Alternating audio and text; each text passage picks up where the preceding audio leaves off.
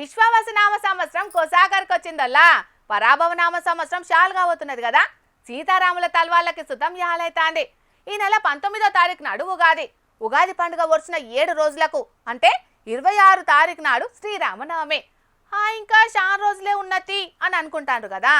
అదేమన్నా మన ఇండ్ల కళ్యాణం అనోళ్ళ కూరళ్ళు పట్టి లగ్గం చూసి మార్వెల్లుల ఫోటోలు దిగి వర్షరా సుమతి అని అనుకున్నట్టందుకు సాక్షాత్తు ఆ శ్రీమన్నారాయణుడు శ్రీ మహాలక్ష్మి అవతారాలైన సీతారాముల కళ్యాణం. చూడండి, భక్తులు ఇప్పటి సందే భద్రాచలంకి ఎట్ల పయనమై పోతున్నారో గోటి తలంబ్రాలు పట్టుకొని పాదయాత్ర చేసుకుంటా. కాషాయం బట్టలు కట్టిండ్రు, చేతిల రాములోరి జెండెత్తిండ్రు, తీసిన గోటి తలంబ్రాలు ఇరుముడి గట్టి నెత్తిమీద పెట్టుకొని రామనామం బలుక్కుంటా యాత్ర చేసుకుంటా ఊర్లు దాటుకుంటా పోతూనే ఉన్నారు భద్రాచలం. ఖమ్మం జిల్లా ఎన్కూరు మండలం రాఘవపురం భక్తులట ఇలాంటా. 3 ఏళ్ల సంధి గ్రామ పెద్దల ఆధ్వర్యంలా సాంప్రదాయబద్ధంగా గోటితోటి తలంబ్రాలు తీసి భద్రాచలం రాములోరి కళ్యాణానికి అందించుడు ఆనవాయితయ్యింది ఈ ఊరోళ్లకు.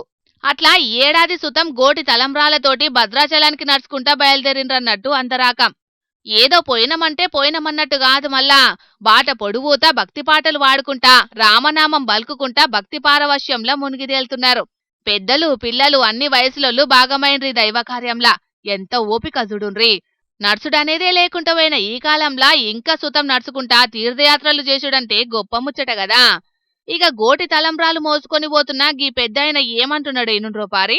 ముందుగా HMT వారికి నమస్కారాలు తెలియజేస్తూ, ఈ గోటి తలంబ్రాల కార్యక్రమం బురదరాపురం గ్రామంలోని గ్రామస్తులందరూ కూర్చొని సుమారు ఒక 2 కిలోలు గోటితోని వల్లటం జరిగింది.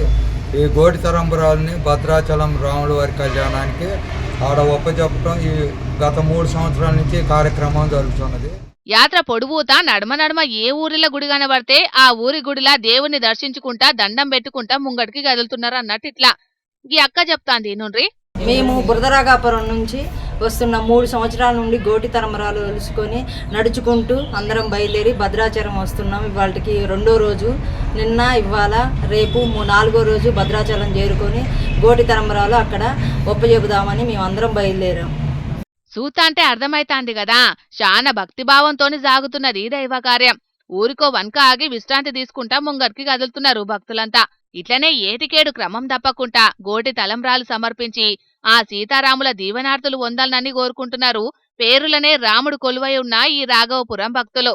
భక్తి ఐక్యత సాంప్రదాయాలకు నిలువెత్తు నిదర్శనంగా నిలుస్తున్న ఈ ఊరి భక్తుల మీద, అట్లనే దేశ ప్రజలు అందరి మీద ఆ సీతా సమేత శ్రీరాముల వారి అనుగ్రహం నిండుగా ఉండాలని మన జోర్దార్ వార్తల తరపున సుతం కోరుకుంటున్నాం.